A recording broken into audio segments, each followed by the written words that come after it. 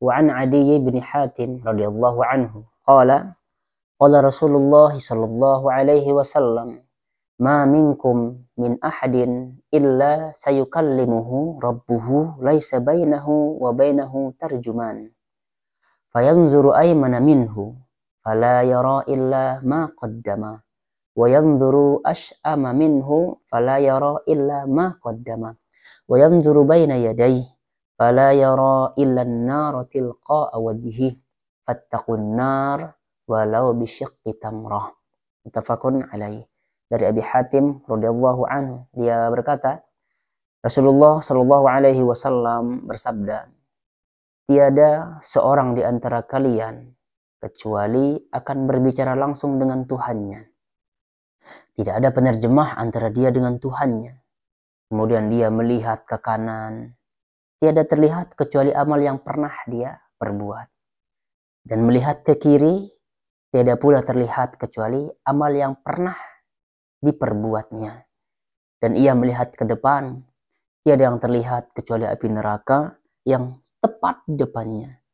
Maka takutlah kalian terhadap neraka walaupun hanya bersedekah dengan separuh biji kurma. Oleh karenanya saudaraku yang dirahmati Allah Subhanahu wa taala, Rasulullah sudah mengingatkan kita ini ya, takutlah kalian terhadap neraka walaupun hanya bersedekah dengan separuh kurma. Separuh kurma menurut kita mah itu sepele ya, tapi barangkali kalau orang yang kita beri atau orang yang kita lihat yang memang zahirnya keseharian juga serba kurang, kalau kita kasih mereka 1 kurma, 2 kurma, atau 1 kilo beras, 2 kilo beras, itu sangat membantu bagi mereka. Makanya itu jangan disepelekan. Nah, nanti juga di akhirat ya akan berbicara langsung seorang hamba dengan Tuhannya. Dan di sebuah riwayat yang lain disebutkan bahwasanya saking rahmatnya Allah kepada si hamba ini, ketika hijabnya ditutup, dia dan Allah saja, lalu kemudian ditampakkan dosa-dosanya sejauh mata memandang. Lalu kemudian Allah Subhanahu wa taala bertanya kepada dia, "Ata'rifu dzamba kadza?" kata Allah. Apakah kamu akui? Apakah kamu tahu ini semua adalah dosa-dosamu? Kata si hamba, "Ya Rabbi a'rif." Ya Allah, benar itu adalah dosa-dosaku, kata si hamba. Sampai-sampai ya kata para ulama, si hamba ini sudah frustasi. Si hamba ini sudah pesimis dia bakal masuk neraka. Lalu kemudian Allah bertanya lagi kepada dia, apakah semua dosa-dosamu ini aku tampakkan di dunia? Apakah semua dosa-dosamu ini aku sebar luaskan di dunia? Lalu kata si hamba, tidak ya Allah, engkau tutup semua engkau tutup semua dosa-dosaku ini. Lalu kemudian apakah di sini aku juga buka aibmu? Apakah orang-orang melihat? Apakah manusia, hamba-hambaku yang lain melihatnya? Tidak, kata si hamba. Lalu kemudian Allah Subhanahu wa taala mengatakan kepada si hamba ini, maka pada hari ini juga wa ana astaghfirullah lakal yaum, dan pada hari ini aku ampuni dosa-dosamu. Masyaallah, subhanallah, luar biasa ya. Walaupun si hamba melakukan dosa yang banyak, tetapi dia meninggal dalam tidak menyekutukan Allah, maka dia pasti masuk surga. Ya, namun sebelumnya dia harus dicuci dulu di neraka. Bagaimana dasarnya neraka ya, yang kita bahas di hadis-hadis sebelumnya ya. Itu luar biasa, yang satu bara api saja bisa melelehkan otak, bisa membuat otak ini mendidih. Nah, oleh karena itu kata Nabi, takutlah kalian kepada api neraka walaupun dengan separuh biji kurma, artinya kita bersedekah. Makanya di bulan-bulan ini itu bulan dimana yang sangat mulia ini, kita sedekah ya, sedekah sehari walaupun dengan air 1 cup itu kan, 1 cup simpan saja di masjid, nanti pasti kok akan ada orang yang minumnya. Atau 2000 setiap hari ke kenceleng masjid, atau kasih anak-anak yang ada yang sedang main di depan, atau anak-anak yang berpuasa, kasih aja 2000, 4000 atau 5000 kalau ada rezeki yang berupa uang.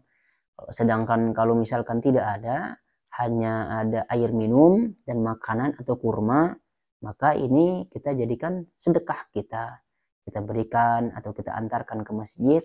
yang dimana kurma tersebut menjadi pembuka bagi orang-orang yang berbuka puasa. Ada juga sebuah riwayat yang menjelaskan bahwasanya ada ketika ada seorang hamba yang dimana dia terakhir dikeluarkan dari neraka. Ketika dia dikeluarkan dari neraka tersebut, dia katakan, ya Allah, inilah sebaik-baik nikmat yang engkau berikan kepadaku, kata si hamba ini. Lalu kemudian Allah menguji dia, ternyata dia terlihat di depannya itu ada pohon yang rindang, lalu kemudian di bawahnya airnya sangat jernih mengalir gitu ya, di bawahnya sungai yang mengalir, di mana airnya sangat jernih sekali. Lalu kemudian dia berkata, ya Allah, sekiranya engkau berkenan untuk mengabulkan permohonanku, aku mau berteduh di bawah pohon tersebut dan minum airnya.